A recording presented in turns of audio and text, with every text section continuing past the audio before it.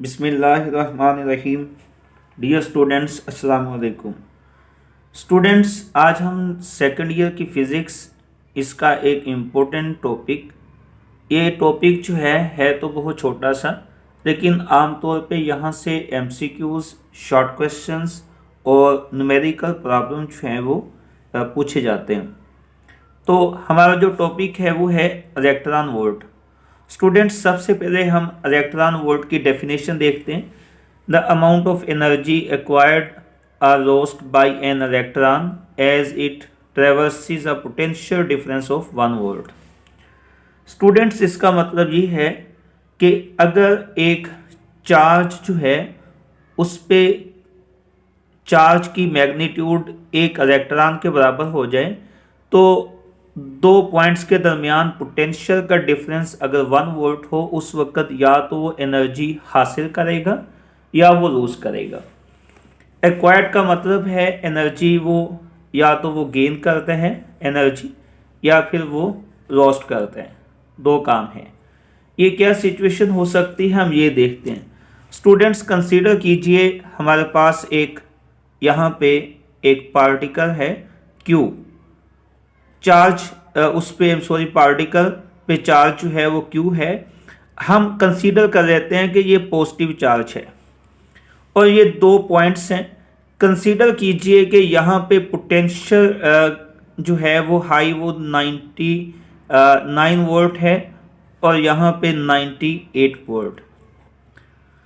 अगर आपसे ये पूछा जाए कि यहाँ पे पोटेंशियल का डिफरेंस क्या होगा, तो आप डेफिनेटली सिंपल कह दें कि यहाँ पे जो पोटेंशियल का डिफरेंस है वो 1 वोल्ट है।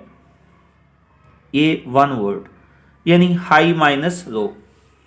अब स्टूडेंट्स देखिए, ये चार्ज पार्टिकल अगर ये पॉजिटिव है तो पॉजिटिव को रिपेल करेगा, नेगेटिव की तरफ आएगा। यानी जब भी हम किसी पार्टिकल को उसकी फील्ड में रखते हैं तो हमेशा ही वो अपनी फील्ड की डायरेक्शन के अंदर जो है वो मूव करते हैं।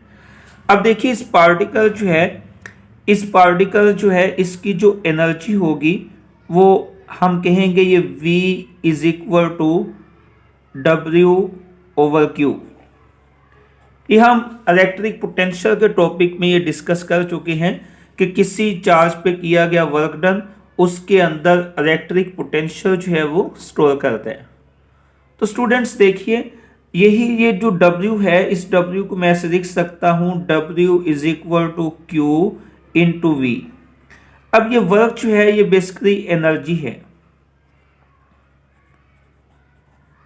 अब देखिए, ये Q है और इन दो पॉइंट्स के दरमियान पोटेंशियल का डिफरेंस वो क्या है, हम इसको क्या लिखेंगे, डेल्टा V के साथ लिख देंगे। अब आप यहाँ पे डेल्टा V लिख दीजिए। कंसीडर कीजिए ये पॉजिटिव चार्ज था, तो जब ये पॉजिटिव चार्ज है, जब मैं इसको रखूंगा यहाँ पे, वो किधर मूव करेगा, नेगेटिव की तरफ मूव करेगा। डेफिनेटली इसकी काइनेटिक एनर्जी जो है यानी एनर्जी गेन होगी। इसका मतलब क्या है, गेन यानी एक्वायर्ड होगी। अगर यही नेगेटिव चार्ज होता तो अगर मैं यहाँ पे नेगेटिव रख देता, पॉजिटिव की बजाय नेगेटिव ने रिपेल करना था, पॉजिटिव ने अट्रैक्ट, तो जब इसने ऐसे ऊपर की तरफ मूव करना था, उसकी ये जो काइनेटिक एनर्जी है यहाँ पे, इस केस के अंदर, नेगेटिव के केस के अंदर, वो नेगेटिव जो काइनेटिक एनर्जी वो उसकी लॉस्ट होनी थी। अगर पॉजिटिव है तो एनर्जी एक्वायर्ड होगी, नेगेटिव है तो वो लॉस्ट होगी। अब देखिए, यहाँ से इलेक्ट्रॉन वोल्ट हम क्या कहेंगे, यही एनर्जी की इक्वेशन आप कहते हैं जी।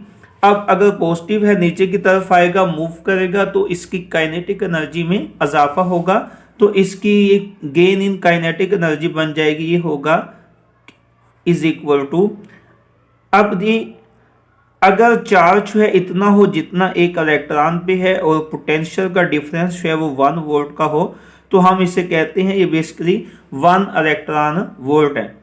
तो यहाँ पे आ जाएगा 1 इलेक्ट्रॉन वोल्ट। ये बेसिकली आपके पास क्या है, gain in kinetic energy. Again repeat करता हूँ, अगर पॉजिटिव होगा तो वो नीचे की तरफ आएगा, मूव करेगा, तो पोटेंशियल एनर्जी में उसकी कमी आएगी और काइनेटिक एनर्जी में इजाफा होगा, एक्वायर्ड। अगर नेगेटिव होगा तो उसकी काइनेटिक एनर्जी वही लॉस हो जाएगी।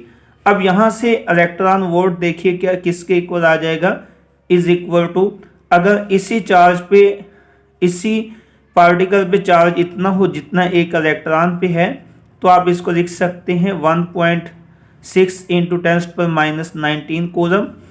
और पोटेंशियल का डिफरेंस कितना हो, 1 वोल्ट का हो, तो ये आपके पास आ जाएगा 1.6 इंटू 10⁻⁻19 कूलम।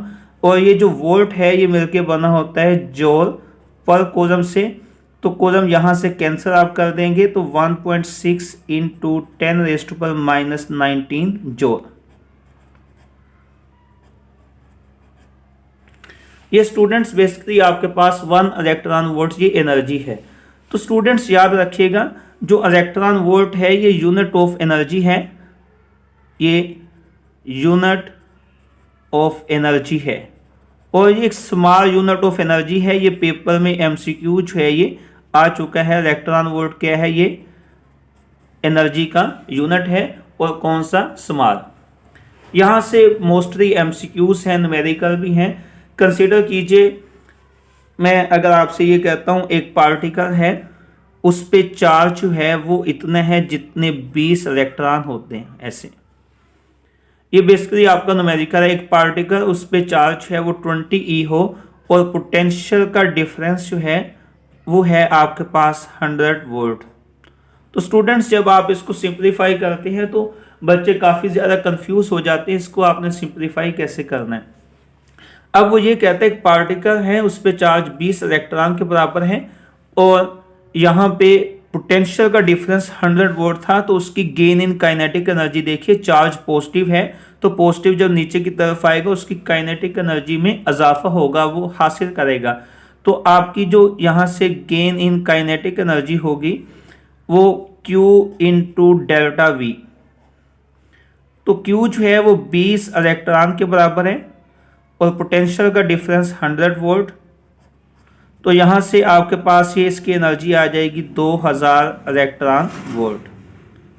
स्टूडेंट्स देखिए, अगर तो वो आपको कहता है कि एनर्जी आप इलेक्ट्रॉन वोल्ट में बतानी है, तो ये सिंपल मेथड ये है।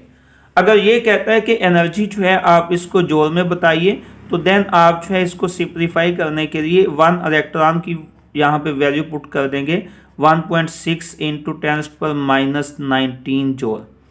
अब यहाँ से जो भी आपके पास आंसर आ जाए वो किस में आएगा, जूल में आएगा। तो स्टूडेंट्स यहाँ से आमतौर पे एमसीक्यू जब पूछता है वो ऐसे ही वो बच्चों को कंफ्यूज करते हैं एग्जामिनर, कि एक चार्ज है वो एक पार्टिकल पे चार्ज इतना हो, पोटेंशियल डिफरेंस इतना है, तो उसकी एनर्जी क्या होगी। तो बच्चे हो सकता है यहाँ पे ये पहला ऑप्शन देखे इसको टिक कर दे, तो लाजमी जो है आप बी और सी ऑप्शन भी लाजमी देखिए कि वहाँ पे उसने उसको जूल के अंदर कन्वर्ट तो नहीं किया। अगर ऐसे किया है तो आप इसको लाजमी देखिए। तो इसको अच्छे से सुनिएगा, और ये पेपर के पॉइंट ऑफ व्यू से इसकी डेफिनेशन और इसका ये जो प्रूफ है, सेकंड ये क्वेश्चन है, और ये एमसीक्यू है, इसकी वैल्यू भी एमसीक्यू है, और इस तरह से इसके बहुत ज़्यादा एमसीक्यूज बने हैं। तो लेक्चर को लाजमी अच्छे से सुनिए, कमेंट्स कीजिए, स्टूडेंट्स करते भी हैं। अभी तक अगर आपने हमारा चैनल जो है वो सब्सक्राइब नहीं किया, प्लीज़ इसको सब्सक्राइब कीजिए, और मैक्सिमम दूसरे फ्रेंड्स तक जो है वो शेयर कीजिए। अपना बहुत सा ख्याल रखिएगा। अल्लाह हाफिज़।